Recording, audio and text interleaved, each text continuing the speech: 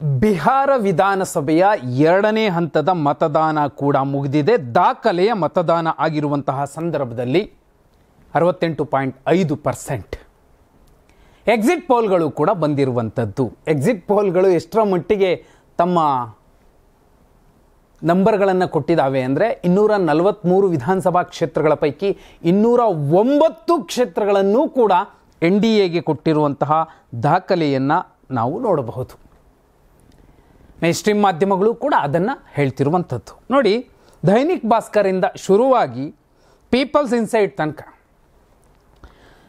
ಎಲ್ಲರೂ ಕೂಡ BJP 130ಕ್ಕಿಂತ ಕೆಳಗೆ ಇಳಿಯೋದಿಲ್ಲ, ಅಂದರೆ NDA ಕೂಟ 130ಕ್ಕಿಂತ ಕೆಳಗೆ ಇಳಿಯೋದಿಲ್ಲ, ಇಂಡಿಯಾ ಕೂಟ ಮಹಾಗಠಬಂಧನ್ 100ಕ್ಕಿಂತ ಕೆಳಗೆ ಇರುತ್ತೆ ಅನ್ನುವಂಥದ್ದು ಡಬಲ್ ಡಿಜಿಟನ್ನೇ ಕೊಟ್ಟಿರುವಂಥದ್ದು ಬಹುಪಾಲು. ಟೈಮ್ಸ್ ನಾವು 135 140 NDA, ಇಂಡಿಯಾ 100ರಿಂದ 115, JVC poll 142 NDA, 95 India, Matrize 147ರಿಂದ 167 NDA, 70ರಿಂದ 90 ಇಂಡಿಯಾ ಕೂಟ. ಇನ್ನೂ ಕೆಲವು ತುಂಬ ಸ್ಪಷ್ಟವಾಗಿ ಹೇಳಿರುವಂತಹ ನಂಬರ್. ಒಟ್ಟಿನಲ್ಲಿ ಬಿಹಾರದಲ್ಲಿ ಯಾವುದೇ ಕಾರಣಕ್ಕೂ ಮಹಾಗಠಬಂಧನ್ ಅಧಿಕಾರದ ಸನಿಹಕ್ಕೆ, ಮ್ಯಾಜಿಕ್ ನಂಬರ್ನ ಸನಿಹಕ್ಕೆ 122ರ ಗಡಿಯ ಸನಿಹಕ್ಕೆ ಬರೋದೇ ಇಲ್ಲ. 100 ಬರೋದಿಲ್ಲ ಅಂದರೆ 122 ಎಲ್ಲಿ ಅನ್ನುವಂತಹ ಒಂದು ನಂಬರನ್ನು ಕೊಟ್ಟಿರುವಂಥದ್ದು. ಈ ಹಿಂದೆ ನೀವು ಕರ್ನಾಟಕ ವಿಧಾನಸಭಾ ಚುನಾವಣೆ ತಗೋಬಹುದು, ಲೋಕಸಭಾ ಚುನಾವಣೆ ತಗೋಬಹುದು. ಅವತ್ತು ಕೂಡ ಇದೇ ಎಲ್ಲ ಸಮೀಕ್ಷೆಗಳು BJP ಏಕಾಂಗಿಯಾಗಿ 400 ಸ್ಥಾನಗಳನ್ನು ಗೆಲ್ಲುತ್ತೆ ಅನ್ನುವಷ್ಟರ ಮಟ್ಟಿಗೆ ನಂಬರ್ಗಳನ್ನು ಪ್ರೊಜೆಕ್ಟ್ ಮಾಡಿದ್ವು. ಆದರೆ 2 ಸಮೀಕ್ಷಾ ಸಂಸ್ಥೆಗಳು ಇವತ್ತು ಸ್ಪಷ್ಟವಾಗಿ ಹೇಳಲಿಲ್ಲ, ನಾಳೆ ಹೇಳಲಿದ್ದಾವೆ.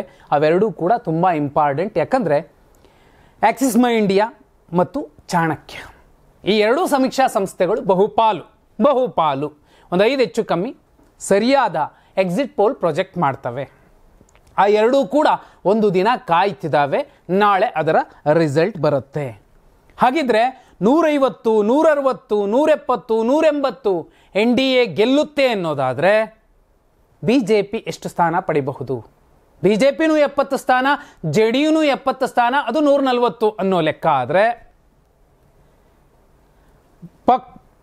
ಒಂದು ವಿಧಾನಸಭಾ ಕ್ಷೇತ್ರಗಳ ಒಳಗಡೆ BJP ಎದುರಿಸಿದಂತಹ ಬಹುದೊಡ್ಡ ಬಂಡಾಯ, ವಿರೋಧ, ಜನನೇ ಅಲ್ಲಿನ ಉಪಮುಖ್ಯಮಂತ್ರಿ BJP ಅಭ್ಯರ್ಥಿಗೆ ಕಲ್ಲು ಸಗಣಿಯಿಂದ ಹೊಡೆದು ಕಳಿಸಿರುವಂತಹ ದೃಶ್ಯಗಳನ್ನು ನೀವು ನೋಡಿದ್ದೀರಿ. ಅದೆಲ್ಲ ಸುಮ್ಮನೆನಾ? ಓಕೆ, ಅದನ್ನು ಒಪ್ಕೊಳ್ಳೋಣ. ಆದರೆ ಈಗ EVM ರಿಗ್ಗಿಂಗು ಮತ್ತೊಂದು ಅದೆಲ್ಲ ಹೇಳೋದು ತಪ್ಪಾಗತ್ತೆ. ಚುನಾವಣೆ, ಮತದಾನ ಹ್ಯಾಕ್ ಮಾಡಿದ್ದಾರೆ ಅನ್ನೋದು ಕೂಡ ಈಗ ಮಾತಾಡುವಂಥದ್ದಲ್ಲ. ನವೆಂಬರ್ 14ನೇ ತಾರೀಕು ರಿಸಲ್ಟ್ ಬರೋದಿದೆ. ನೀವು ಎಷ್ಟೇ ಏನೇ ಹೇಳಿಕೊಂಡ್ರೂ ಕೂಡ ಎರಡೂ ಕೂಟಗಳು ತ್ರಿಬಲ್ ಡಿಜಿಟ್ ಮುಟ್ತಾವೆ, 2. ಆದರೆ ಅವತ್ತು ರಿಸಲ್ಟ್ ಮುಗಿಯೋ ಹೊತ್ತಿಗೆ ನವೆಂಬರ್ 14ನೇ ತಾರೀಕು ಮಹಾಗಠಬಂಧನ್ ಎಲ್ಲಿರುತ್ತೆ ಮತ್ತು NDA ಕೂಟ ಎಲ್ಲಿರುತ್ತೆ ಅನ್ನೋದು ಸ್ಪಷ್ಟವಾಗಿ ಗೊತ್ತಾಗಲಿದೆ. ಒಂದು ಎಕ್ಸಿಟ್ ಪೋಲ್ಗಳು ಎಲ್ಲ ಸಂದರ್ಭದಲ್ಲೂ ಕೂಡ ಇದನ್ನೇ ಹೇಳೋದು. ಅವತ್ತು ಯಾರು ಆಡಳಿತದಲ್ಲಿರ್ತಾರೆ ಅವರ ಪರವಾಗಿಯೇ ಹೇಳೋದು. ಇಲ್ಲಿ ಕರ್ನಾಟಕದಲ್ಲಿ ಒಂದೇ ಒಂದು ಎಕ್ಸಿಟ್ ಪೋಲ್ ಕೂಡ ಆಕ್ಸಿಸ್ ಮೈ ಇಂಡಿಯಾ ಬಿಟ್ಟು ಬಹುಪಾಲು ಇಲ್ಲಿನ ಅತಿರಥ ಮಹಾರಥ ಮೇನ್‌ಸ್ಟ್ರೀಮ್ ಮೀಡಿಯಾಗಳು ಕೂಡ, TV ಚಾನೆಲ್ಗಳು ಕೂಡ ಕಾಂಗ್ರೆಸ್ ಪಕ್ಷ ಅಧಿಕಾರಕ್ಕೆ ಬರೋದು 113 ದಾಟೋದಿಲ್ಲ ಅನ್ನುವಷ್ಟರ ಮಟ್ಟಿಗೆ ಎಕ್ಸಿಟ್ ಪೋಲ್ಗಳನ್ನು ಕೊಟ್ಟಿದ್ರು. ಆದರೆ ರಿಸಲ್ಟ್ ಬಂದಿದ್ದು ಬೇರೆ ಲೆಕ್ಕ ಆಗಿತ್ತು.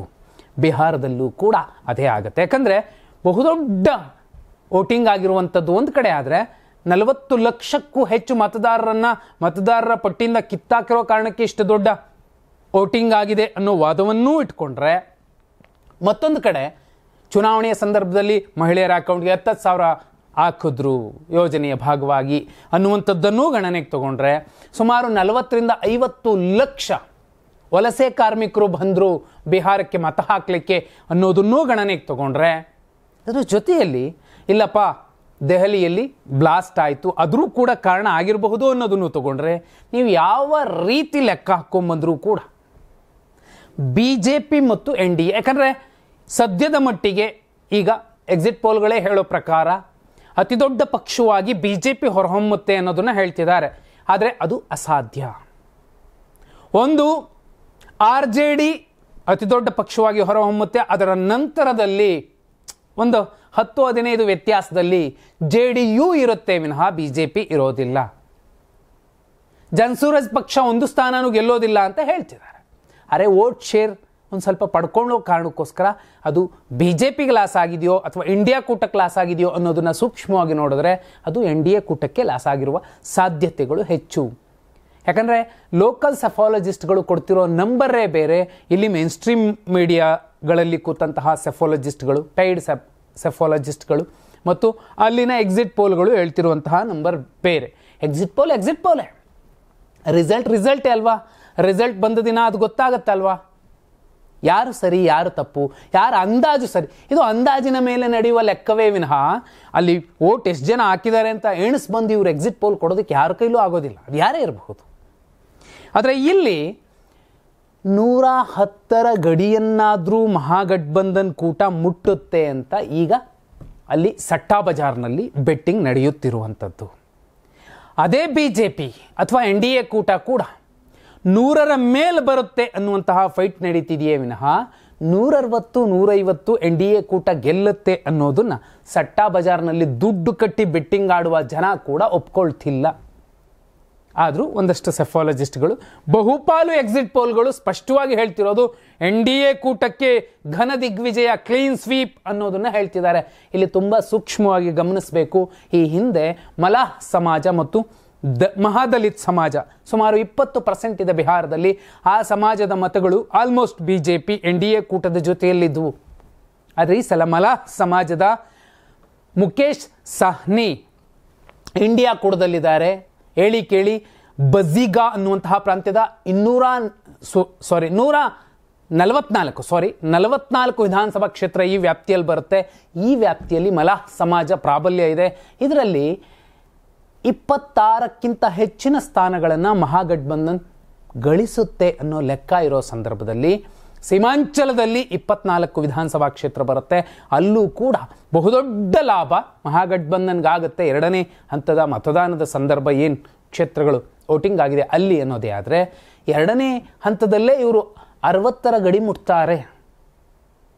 ಇನ್ನು 30ನ್ನು ಮಾತ್ರ ಮೊದಲ ಹಂತದ ಮತದಾನದ ಸಂದರ್ಭದ 121 ವಿಧಾನಸಭಾ ಕ್ಷೇತ್ರಗಳಲ್ಲಿ ಪಡೆದಿದ್ದಾರೆ ಅನ್ನೋದೇ. ಆದರೆ ಇನ್ನು ಉಳಿದವೆಲ್ಲ ಬಿಜೆಪಿ ಅಥವಾ JDU ಮತ್ತು LJP ಇವೇ ಪಡೆದಿದ್ದಾವೆ ಅಂತ ಲೆಕ್ಕ ಆಗುತ್ತೆ. ಲಾಜಿಕಲಿ ನೋಡಿದ್ರೂ ಕೂಡ ಇದು ಅಸಾಧ್ಯ, ಪ್ರಾಕ್ಟಿಕಲಿ ಕೂಡ ಇದು ಕಷ್ಟ. ಏನೇ ಇರಬಹುದು, ನವೆಂಬರ್ 14ನೇ ತಾರೀಕು ಇವತ್ತಿನ ಎಲ್ಲ ಎಕ್ಸಿಟ್ ಪೋಲ್ಗಳ ಲೆಕ್ಕ ಕೂಡ ಉಲ್ಟಾ ಆಗೋದು ಬಹುಪಾಲು ಹೆಚ್ಚು. ನೋಡಿ, ಕೆಲವರು ಅಲ್ಲಿನವರು ಹೇಳ್ತಿರೋ ಪ್ರಕಾರ, ಗ್ರೌಂಡ್ ರಿಪೋರ್ಟ್ ಪ್ರಕಾರ 105ರಿಂದ 115ರ ತನಕ NDA ಕೂಟ ಬರಬಹುದು. 115ರಿಂದ 125ರ ತನಕ ಮಹಾಗಠಬಂಧನ್ ಲೆಕ್ಕ ಬರುತ್ತೆ. ಇದರಲ್ಲಿ 3 ಹೆಚ್ಚಾಗಬಹುದು ಅಥವಾ 3 ಮೈನಸ್ ಆಗಬಹುದು. ಇತರರು ಕೂಡ ಒಂದಷ್ಟು ಸ್ಥಾನಗಳನ್ನು ಪಡ್ಕೋತಾರೆ.